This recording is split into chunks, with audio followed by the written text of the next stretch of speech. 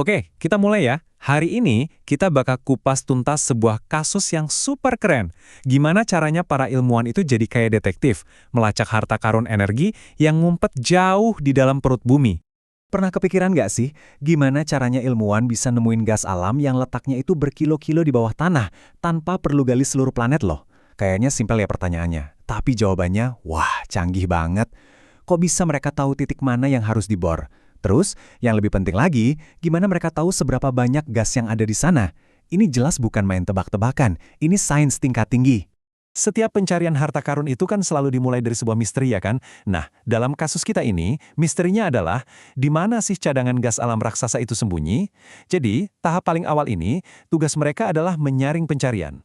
Dari yang tadinya seluas dunia, jadi cuma beberapa lokasi yang paling potensial. Oke, para detektif ini mulai investigasinya pakai alat-alat dasar dulu.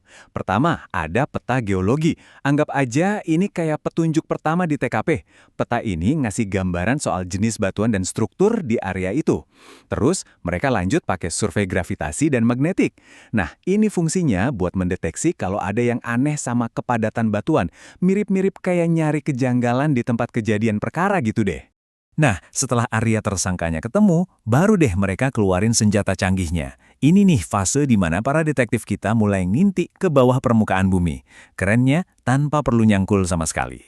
Gampangnya gini deh, teknologi ini tuh kayak USG buat bumi. Beneran, sama kayak dokter yang bisa lihat bayi di dalam perut ibu, para ahli geofisika ini pakai gelombang suara buat bikin gambar detail soal apa aja yang ada di bawah tanah tempat kita berpijak. Jadi, gimana cara kerjanya? Gini, mereka bikin getaran kecil di permukaan. Gelombang dari getaran ini kan jalan ke bawah tuh. Terus mantul lagi pas kena lapisan batuan yang beda-beda. Nah, sensor di permukaan nangkap pantulan atau gema itu. Dari data waktu dan kekuatan gema yang balik, komputer bisa nyusun peta 3 dimensi yang, wow, keren banget, peta dunia bawah tanah. Dan peta inilah yang mereka cari-cari. Inilah harta karunnya para detektif. Peta ini bisa nunjukin struktur kayak antiklin, itu loh, lipatan batuan yang melengkung ke atas, yang jadi perangkap sempurna buat gas alam. Mereka juga bisa lihat patahan atau rekahan di batuan yang bisa jadi tempat gas kejebak. Wah, ini sih petunjuk emas. Oke, semua petunjuk udah kekumpul. Titik paling potensial udah ditandain X di peta. Sekarang, tibalah momen yang paling bikin deg-degan. Momen paling mahal, momen penentuan, yaitu pengeboran. Dan kita nggak ngomongin soal uang kecil di sini. Ngebor satu sumur eksplorasi aja itu biayanya bisa miliaran rupiah. Gila kan? Makanya semua kerja keras para detektif sebelumnya itu jadi super penting. Salah langkah sedikit aja, risikonya gede banget. Sumur bor ini jadi satu-satunya cara buat dapat bukti fisik. Bener nggak ada gas di sana? Kalau ada, sebagus apa kualitasnya? Terus, data-data penting kayak seberapa berpori batuannya juga bisa didapat. Nah, semua ini adalah data mentah yang jadi penentu buat langkah berikutnya. Oke, anggaplah mereka berhasil. Gasnya ketemu. Tapi tunggu dulu. Investigasinya belum selesai. Nemuin gas itu baru setengah jalan. Sekarang, tugas berikutnya adalah ngitung ada berapa banyak sih harta karun yang mereka temuin ini. Nah, disinilah teknologi yang benar-benar gokil masuk.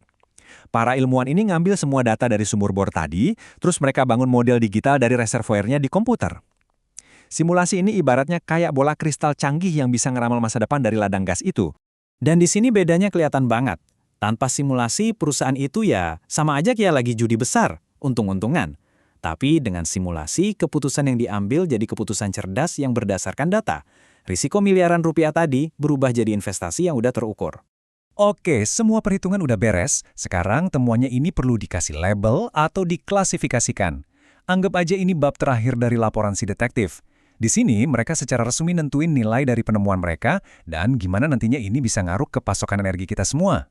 Dan klasifikasi ini penting banget loh.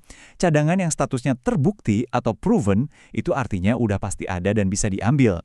Nah, inilah yang jadi dasar bank buat ngasih pinjaman atau pemerintah buat bikin rencana energi.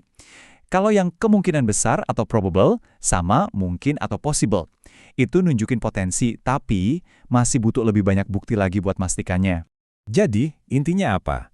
Gini, Lain kali kalian nyalain kompor gas di rumah atau pakai listrik, coba deh ingat-ingat proses yang luar biasa di baliknya. Ada perjalanan panjang banget, dari sekedar peta geologi sampai simulasi komputer super canggih yang mastiin energi yang kita pakai itu bukan cuma ada, tapi juga terukur dan bisa diandalkan.